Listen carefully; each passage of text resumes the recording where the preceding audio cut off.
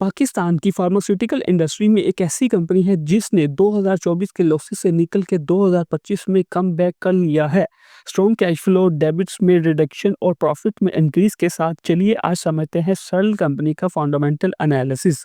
सरल पाकिस्तान की एक लीडिंग फार्मास्यूटिकल कंपनी है जो कि ब्रांडेड जेनेरिक मेडिसिन बनाती है और बेचती है।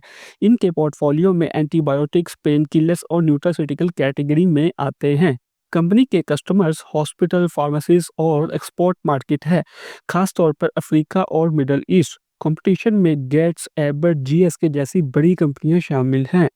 फार्मास्यूटिकल सेक्टर पाकिस्तान में slow to moderate growth phase में है, तकरीबन 5 से 7% एनुअल ग्रोथ है, लेकिन ड्रैग का price control regulation profit margin पे प्रेशर बनाए हुए है। लेकिन फिर भी पॉपुलेशन ग्रोथ, हेल्थ की अवेयरनेस, एक्सपोर्ट डिमांड इस सेक्टर्स की पॉजिटिव ड्रीवर्स हैं। स्टॉक प्राइस पिछले एक साल में रिकवरी दिखाई है, जबकि कंपनी ने लॉसेस से प्रॉफिट में वापस एंट्री ली है। डिविडेंड की बजाय सल फार्मा ने बोनसेस शेयर इशू किए हैं, यानी कि कंपनी ग्रोथ के लिए प्रॉफिट री इन्वेस्ट कर रही है। 2025 में रेवेन्यू थोड़ा कम हुआ, जो कि 4% डिक्लाइन के साथ 24.77 बिलियन तक का है, लेकिन प्रॉफिट 434 मिलियन रहा, जबकि प्रॉफिट 2024 में 3.3 बिलियन का था। कंपनी के ग्रॉस प्रॉफिट मार्जिन 48.6% से बढ़कर 50.8% तक हुए हैं और नेट प्रॉफिट मार्जिन भी -12.9 से निकलकर 1.75% प्लस हुआ है, जबकि ईपीएस भी -6.95 से पॉजिटिव 0.85 तक आ गया है।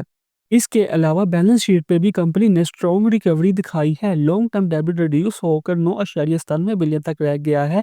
डेब्ट टू इक्विटी रेशियो भी इम्प्रूव होकर 1.31 से 0.93 हो गई है। करंट रेशियो भी 1.2 से इंक्रीज होकर 1.23 हो गया है, यानी कि लिक्विडिटी स्ट्रॉन्ग हुई है। कैश रिजर्व भी इंक्रीज हुआ है, जो कि 1.22 बिलियन तक बढ़ गया है। ऑपरेटिंग कैश फ्लो 2025 में रिकॉर्ड लेवल पे पहुंच गया है, जो कि 6.9 बिलियन है, जबकि पिछले साल सिर्फ 1.8 बिलियन था।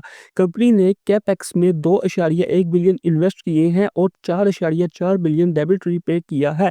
इसके बाद भी सेल कंपनी ने 5.7 बिलियन का फ्री कैश फ्लो जनरेट किया है, यानी कि सब ऑपरेशंस के बाद भी पैसे बच गए। सेल ने प्रॉफिटेबिलिटी रेशियो में भी इंप्रूवमेंट की है। आरओई -13.9% से बढ़कर +1.49% हुआ है, जबकि आरओए -6% से +0.77% और आरओईसी 6.32 तक पहुंच गया है, जो कि ये शो करवाता है कि ऑपरेशंस में एफिशिएंसी वापस हासिल की है। इन्वेंट्री टर्नओवर थोड़ा स्लो हुआ है, 1.24x से 1.19x है, लेकिन सबसे बड़ा कंसर्न रिसीवेबल डेज का इंक्रीज होना है, जो कि पहले 91 डेज था, अब 99 डेज तक चला गया है, यानी कि कंपनी को अपने कस्टमर से पेमेंट रिकवर करने में ज़्यादा टाइम लग रहा है।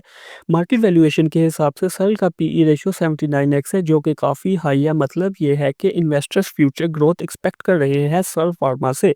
पीईजी रेशियो 0.92 है और प्राइस टू बुक रेशियो 1.85 है। ये नंबर्स दिखाते हैं कि स्टॉक प्राइम वैल्यूएशन पे ट्रेड कर रहा है।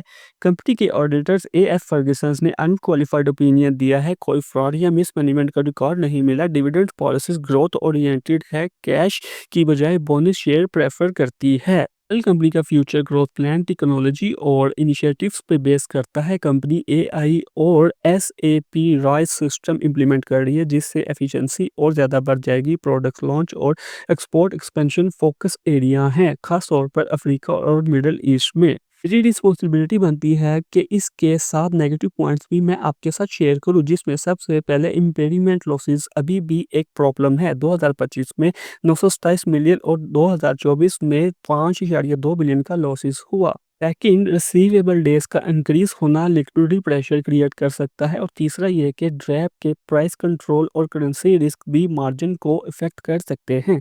तो दोस्तों, ओवरऑल सेल ने अपने ऑपरेशंस में इम्प्रूवमेंट दिखाई है और इसकी वैल्यूएशन थोड़ी ज़्यादा है। इम्पेयरमेंट रिस्क अभी भी मौजूद है। बेस्ट केस में कंपनी स्टेबल रहेगी और वरिस्ट केस में इम्पेयरमेंट लॉसेस वापस प्रॉफिट को इफेक्ट कर सकते हैं। लेकिन अगर स्टॉक प्राइस डिप करे तो लॉन्ग टर्म इन्वेस्टर्स के लिए एक इंटेंशनल बाय बन सकता है।